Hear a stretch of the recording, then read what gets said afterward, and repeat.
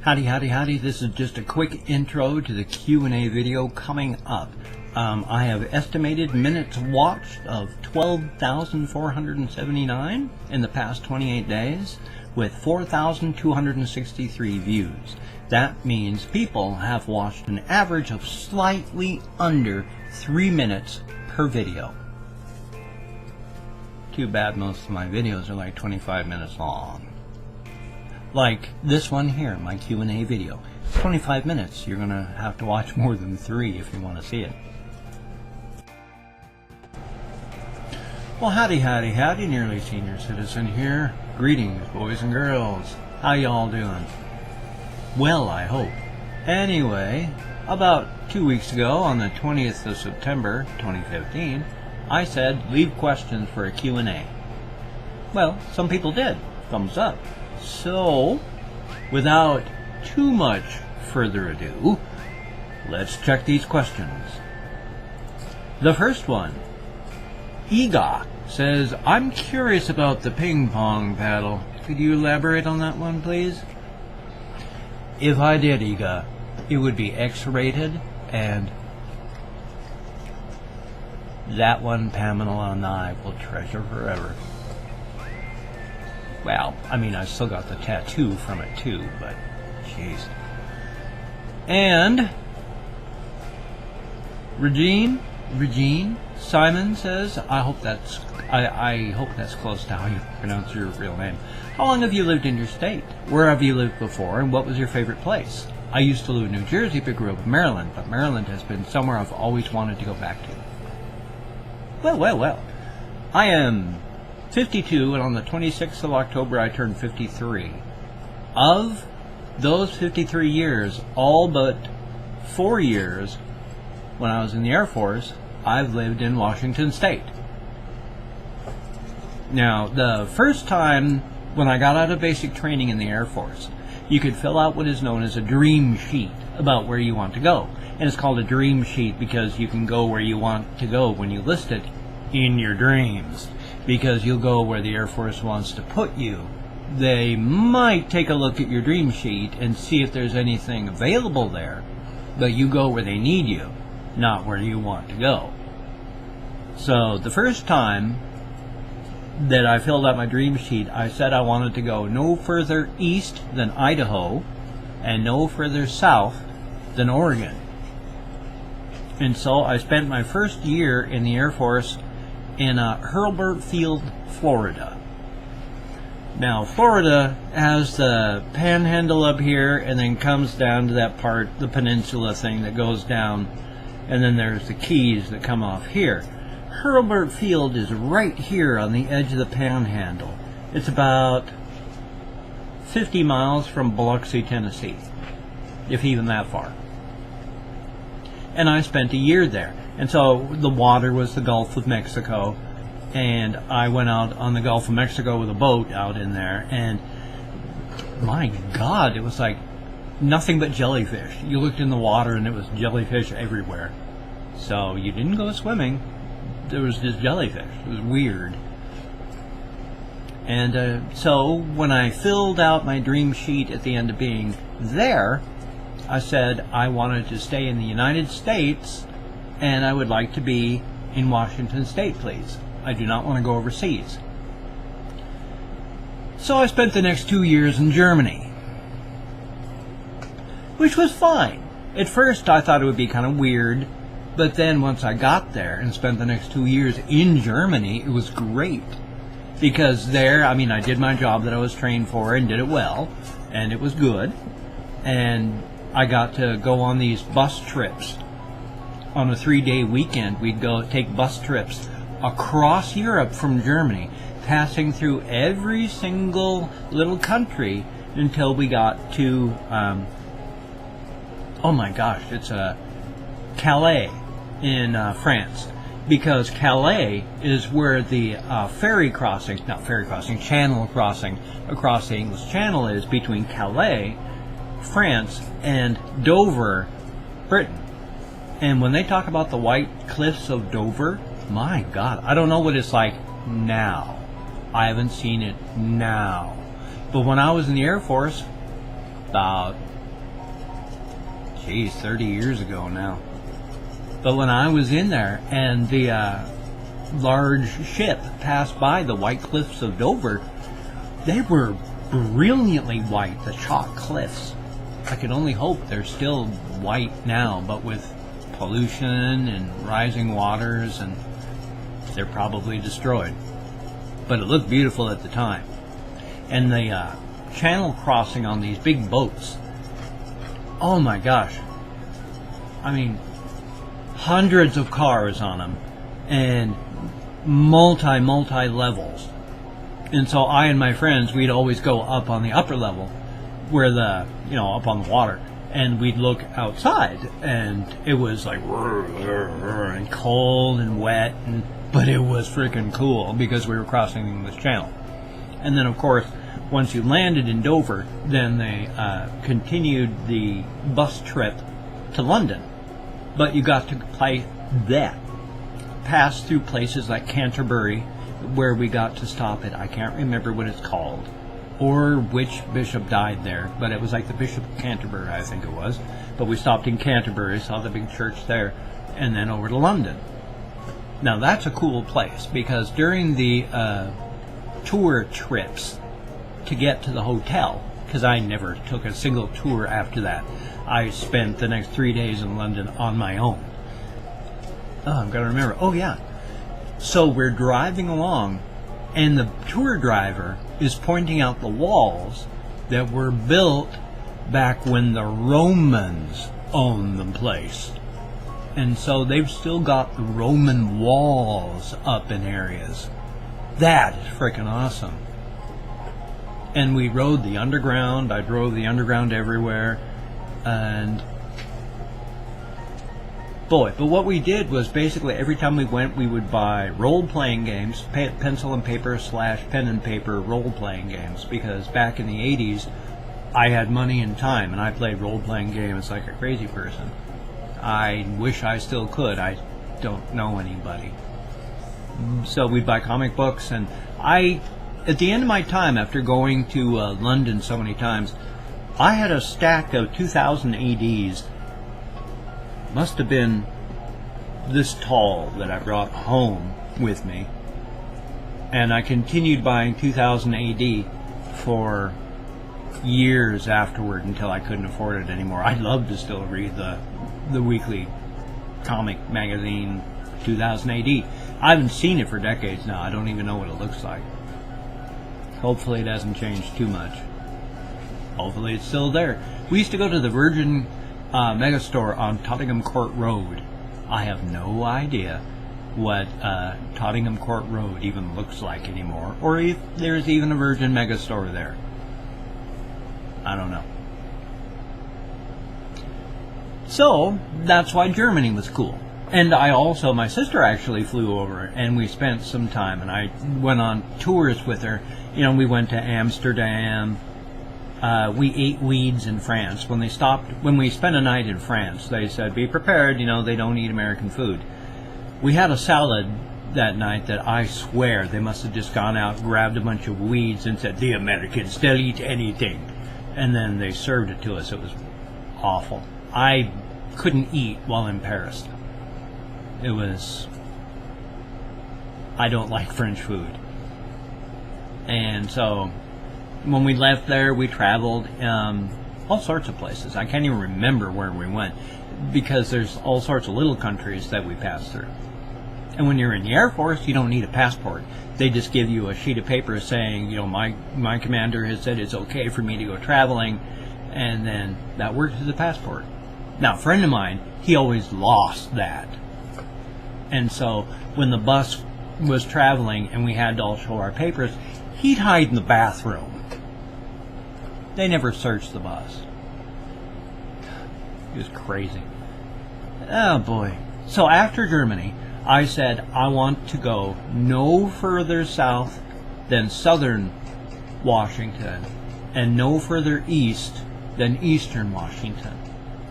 So I spent my last 6 months in the Air Force down in Homestead Air Force Base, Florida, which was like 30 miles south of Miami. as close as you could get to the Florida Keys without being on the Keys. So I spent 6 months there and then came home, because in 1986 there was what was called the Gramm-Rudman Act, because there were a lot of people in all of the armed services where if you were not going to re-up within the next 6 months, you were out. You know, if it was your time, close to your time, like within a year of when you were supposed to get out, and if you didn't re-up, you got out right then. And they just shed people like crazy, and I said, you know, I like it, but it's not really my lifestyle. And so I got out. I flew from Florida to Washington State, and then I came home. Now I've lived in Washington State since. That was a very long one. Yeah, but I like Washington State. I live down below the Puget Sound right now, because Washington State is such that there's the big block here, and then there's a little peninsula, and then the water comes in what's called the Sound, because it comes so far down. I live just south of the Sound, and I used to live up in Bellingham, Washington, which is about 30 miles south of the Canadian... Oh, no, only 20 miles south of the Canadian border. And then when I got married, I moved into my wife's house because she lived with her parents, so I lived in her parents' house, the upstairs, and the parents lived downstairs. That was in Blaine. Blaine is so close to the Canadian border that the Canadian border actually runs through Blaine. So we would walk from our house up to the park, like 3 blocks, and right in the middle of the park, you walked this way and you were in Blaine, and then you were in Canada. So that was fun. I like Bellingham, but I haven't seen it in like 15 years now. It was really starting to grow and take off when I left, so I'm not going to recognize it at all. Let's see. Oh, wow. The Kusanagi had said, could you describe your time in the Air Force and what kind of work did you do? Well, I answered that one along with Regine's question. That was what my time in the Air Force was. And what kind of work did I do? I was known as a travel technician. I flew a desk. I worked in an office. We would work customer service. You always did your rotation of customer service, except the customer service rotation was limited to the low-ranking people. And since I only rose up to E4, you see there's Airman Basic, which is E0. Then there's Airman, Airman First Class, Senior Airman, and then Senior Airman, which is E3. No, that's actually Airman First Class is E3. And then Senior Airman is E4. And then you have to take a test, and you don't change your rank. You're still in E4, but if you pass the test, you become a sergeant. So I went from Airman Robin... Now you know my last name. I went from Airman Robin to Sergeant Robin. Aye. So, yeah, I worked in an office, and whenever we send anybody anywhere, you have to fill out a travel voucher. And so we sent people everywhere. The Air Force and the Army, Marines, whatever, they're always sending everybody everywhere. And so whenever you come back, you fill out a travel voucher listing every point of the way on your trip whenever you changed forms of transportation. And you had to give times and days. And then we would repay you for, if you had out-of-pocket expenses, up to whatever the official amount was. We had to work out the official amount by saying, okay, you drove, you're allowed this much per mileage, and then you flew, well, the ticket's this much, but you could have drove, and the driving would have been cheaper, so we will reimburse the cost of your airline ticket up to the cost of what it would cost to drive. And then we'd work out the cost of the entire travel vouchers, and then we would send it off to military pay, and military pay would either have them come up to the front counter and get paid, or they would get the money in their paycheck, or cut an extra check. Now, you could get what was known as an advance before. If you didn't have a lot of money to pay for your trip, you can get an advance on what you would get when you came back. That was both smart and dangerous, because if you got yourself an advance and then spent it, every permanent change of station, every temporary duty can be canceled, at which point you pay the money back. We had a lot of people we sent out. Well, we were going to send out, so they came in, we gave them an advance. They went out, the trip was canceled, and when they came back, they had to pay it back. They'd already spent it. They didn't have any money. Now, the government is funny about money, especially in the armed services. The government actually has, in case you haven't noticed, zero respect for its armed troops. And so many people, because if the government owed you money and owes you money, you get small increments every month for X number of years. When you owe money to the government, you have to pay it all back right now. One big lump sum. And so many times people would get a paycheck of 0.00 because the military just went thump, took the entire thing for the advance, and then some of the next one. That part sucked. I'm glad I didn't work in military pay, but we still, I mean, you shouldn't spend the money, but that's what I did. I worked in a travel technician. I flew a desk. Moon Monkey Hines, I've never known what there, says, do you know where I put my keys? I said sarcastically, I think they're under the bowl in the kitchen. Yeah, they're not there. I was just being sarcastic. They're really in your sock drawer. I don't know why you left them there, but look in the sock drawer. That's where your keys are. Okay? Robert ATV 660 says, how many hamsters will you have to eat to regain all your weight back? Hypothetically, of course. Now, if I just ate an entire hamster, just like swallowed them or something, like big hamsters, the large hamsters, about a quarter pound, maybe a third of a pound, so it's like anywhere from 3 to 4 hamsters makes up a pound. So I lost 100 pounds lost would take me to 270. My resting weight was 284, but I gone up to 300. So it's like I lost 130, 140 pounds or something. So multiply 140 times 4, which is 400, and then I don't know, it's about 500. If I just swallowed 500 hamsters, I'd weigh about 300 pounds again. I don't want to do that. I weigh like 170 now, and I like that weight.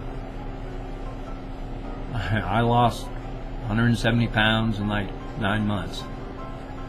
Don't do that. I thought I was dying because I couldn't eat.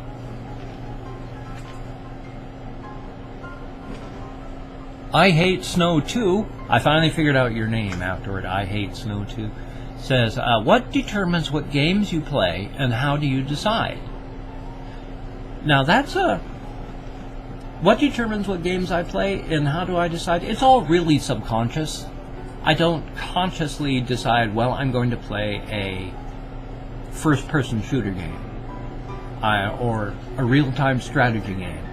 What I'm doing is I'm just looking through lists, or I'll look onto my Steam list of games, and I'm just looking through, and then something will catch my eye, go, I don't think I've played that before.